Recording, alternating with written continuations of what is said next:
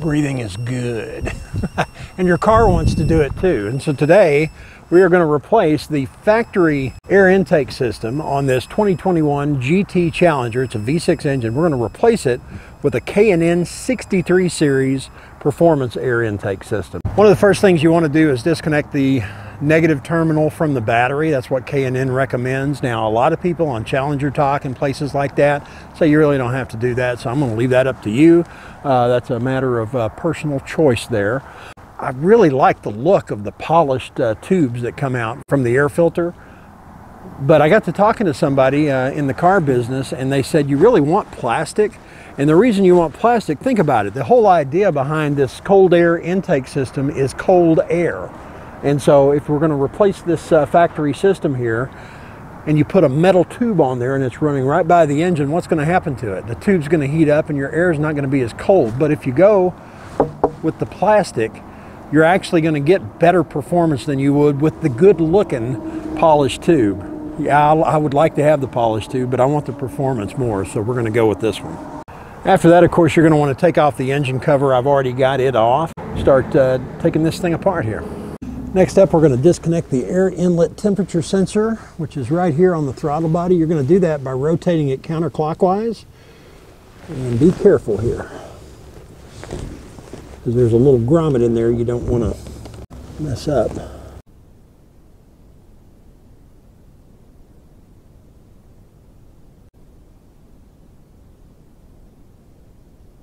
The next thing you want to do is loosen the clamp hose. I used an 8mm socket to get that off of there.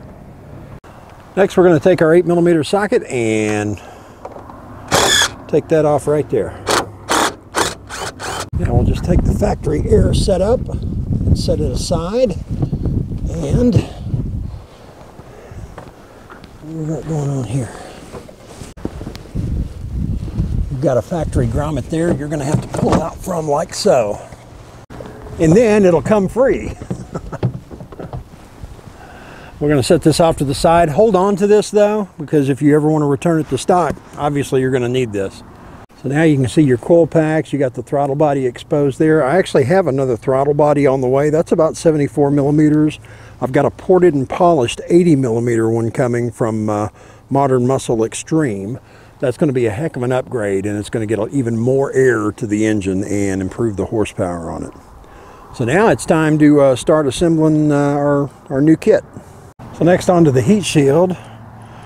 We're going to take this 3/8 inch bolt washer, and we're going to thread it onto that bad boy right there.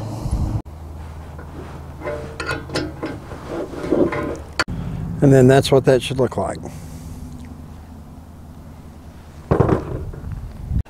Okay, the next thing we're going to do is install the heat shield mounting bracket. We're going to use this hole right here, and we're going to go into it with a hex head and a washer. And then on the other side, we're going to put a spacer, and I'm going to flip it around so that we're going the right way here. We're going to come into this hole here, and then another washer. And then you're going to use there's only one in the package. It's the nylon lock nut, and you're going to put that on. I'm going to get it started here. Now you have two pieces of trim here, and so we're going to start by installing the top. And you're going to have some extra, that's okay. We're going to cut it off. And kind of get this thing opened up here and then just push it down on there.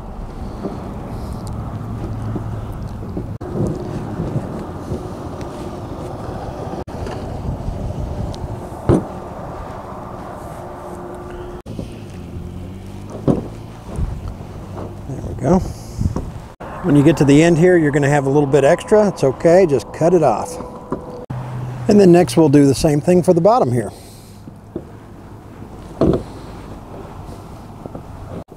When you get to these corners, you're just going to have to bend it around and shove it on in there. For this part right here, where we're coming to the end, I'm just going to make a note with my fingers. Make my mark. And cut her down. For this next part, we're going to install the filter adapter.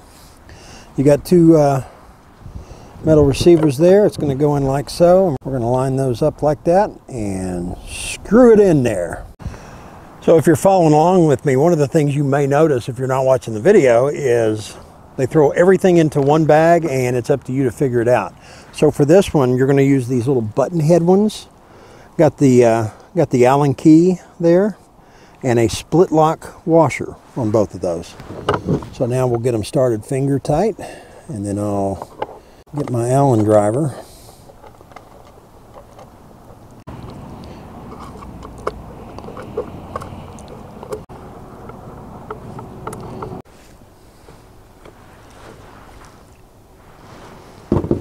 The next thing we're going to do is we're going to take this hump hose here and get us a clamp on there. You're going to have to loosen them up a little bit and then slide it over the back side there. Once you get that on, make it to where these nuts are facing up, and we'll go ahead and put this other one on after I loosen it up. And I'm going to go ahead and tighten this one down right here. And the other one we're going to leave loose for now. There we go. Now at this point I'm going to go ahead and put this bad boy on here.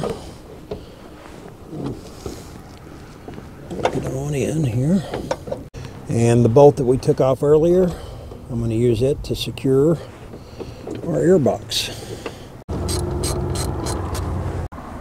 Yeah, I figured it out. You guys knew this was coming though, didn't you? All right, so for this little bit right here, even though it told me to put it on earlier, that's the way it goes. I'm gonna wash her back up, and gravity. It's a great thing, isn't it? Now I'm gonna finger start that bad boy there.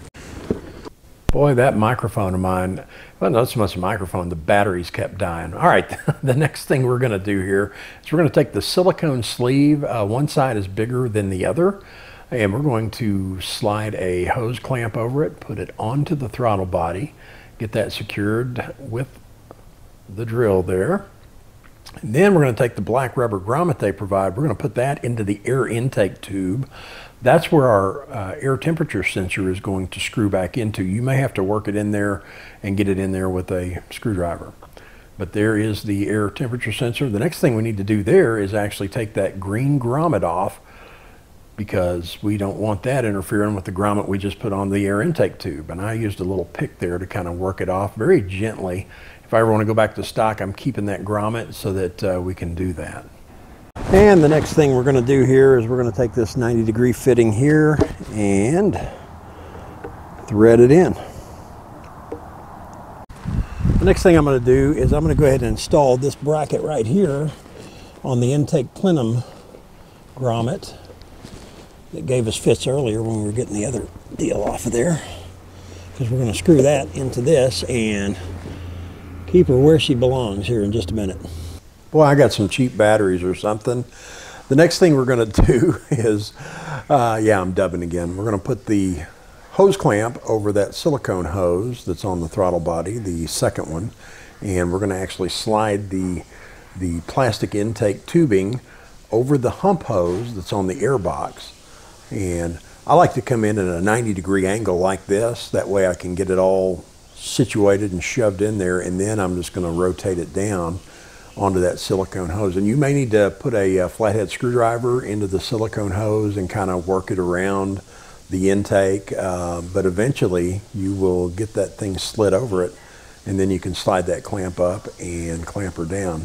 Just got to work on it a little bit there, and work on both sides. You may need to loosen that air box up as well. And that is why they use silicone hoses. We'll get her locked down here. And now all we have to do is tighten down our connections at the air box, both inside the air box and the clamps. Now I'm going to reinstall the air temperature sensor, and we'll get this bracket bolted down right here. Very gently here. Plunge it in and then rotate it clockwise in order to grab onto that grommet. Now to attach that bracket, we're going to use this bolt, we're going to use a wave washer, and then the flat washer. And just put her on in there. The next step was to hook the hose in here. I've got it clamped in here, and I actually had to get some extra hose that I have actually had on hand.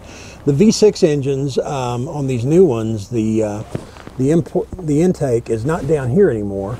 It's actually up here, close to the throttle body. Because of that, I had to get some extra hose, and I ran it underneath here and made my connections, but that's hooked up now. And the next thing we're going to do, the almost last step here, is we are going to hook this bad boy on and then secure the hose clamp. I'm going to go ahead and pre-tighten this thing. And the nice thing about one of these is you can go about 100,000 miles thereabouts. Of course, you're going to check it and all that, but it's an oiled filter. You don't want to oil it too much, but you can buy a recharge kit and you can wash this thing and recharge it with a light coating of oil, and you're good to go. Nice. Now we can replace our cover here. When you're putting these on, you can always use the engine oil and the oil filter as a guide for getting it back on there. All right, let's start her up and check for engine codes.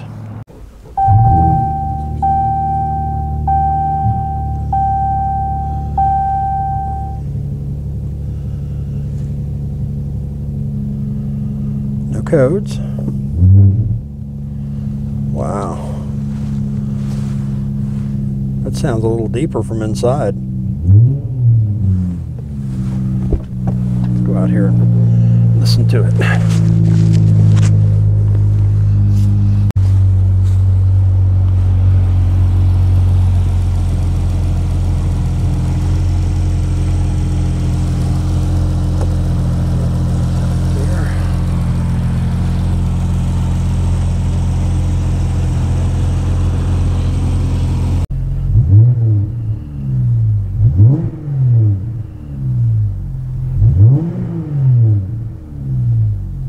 Well, guys, I want to thank you for watching. We really appreciate it. I hope that this helped you if you're thinking about putting a cold air intake system on to kind of see what I went through as far as putting it on.